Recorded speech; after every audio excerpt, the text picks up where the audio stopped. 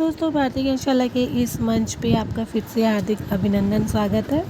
देखिए दोस्तों, जैसे ही OMR सीट जारी की गई है, उसके साथ एक रिस्पॉन्स सीट भी जारी की गई है।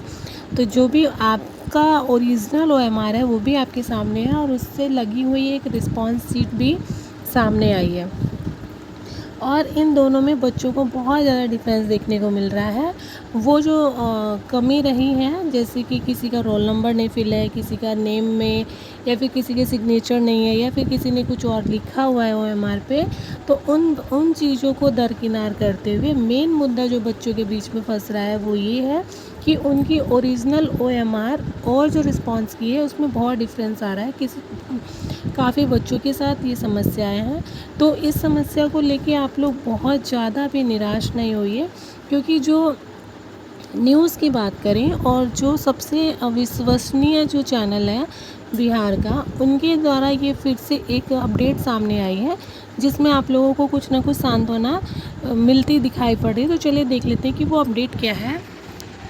ये अपडेट आ रही है कि BPSC TRE 3 परीक्षा से जुड़ी हुई बहुत बड़ी खबर है कि OMR जारी होने के बाद से अभ्यर्थी बहुत ज़्यादा असमंजस में है और कई अभ्यर्थियों को मिल रही शिकायत, जैसे कि किसी का गोला फिल हुआ है बट उसकी रिस्पॉन्स सीट में वो ब्लैंक शो कर रहा है, और किसी का गोला फिल नहीं है और वो रिस्पॉन्स सीट में ओके है। मतलब वहाँ पे कोई ना कोई आपको जो है वो ABCD मतलब 4 ऑप्शन में कोई ना कोई ऑप्शन जो है 5 ऑप्शंस में फिल है। तो ये बहुत बड़ी गड़बड़ी दिखाई दे रही है।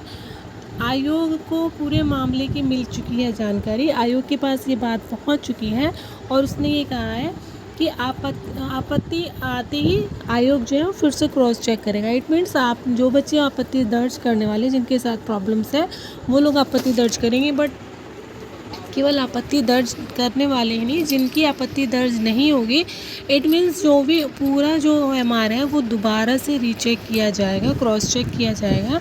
इसलिए रिज़ल्ट में देरी होने की संभावना है, बट उन्होंने ये आप लोगों को सांत्वना दी है कि यहाँ तक की गड़बड़ी जो है वो हम दोबारा से रीचेकिंग करेंगे, बट रिज़ल्ट में पूरी कोशिश की जाएगी कि किसी भी तरह की कोई गड़बड़ी ना हो।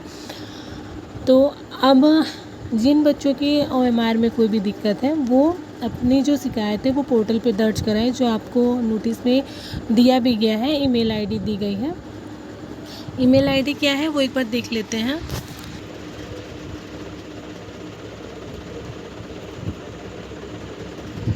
देखिए, यहाँ पे दिया हुआ है कि किसी भी प्रकार की त्रुटि रहने पर दिनांक 27 अगस्त 2024 तक एग्ज़ाम कंट्रोलर BPSC@gov.in पर आप आपत्ति दर्ज कर सकते हैं, और 22 तारीख के बाद से आपका जो OMR है वो डाउनलोड नहीं करने की स्थिति में आयोग की वेबसाइट पर OMR उपलब्ध नहीं रहेगा। तो आप ये भी चीज़ जान लीजिए कि अगर आपने 22 तारीख से पहले अपने OMR को डाउनलोड नहीं किया है तो फिर वो वेबसाइट पे से हटा दी जाएगी और उसके बाद किसी भी कीमत पे आपको OMR नहीं शो करेगा। दूसरी चीज़ ये है कि आप एग्ज़ाम कंट्रोल वाली जो BPSC ने दी है, एग्ज़ाम कंट्रोलर BPSC@gov.in पे, उस पर आप अपनी आपत्ति जल्द से जल्द दर्ज कर लें और उसके बाद उसका कुछ ना कुछ समाधान निकाला जाएगा।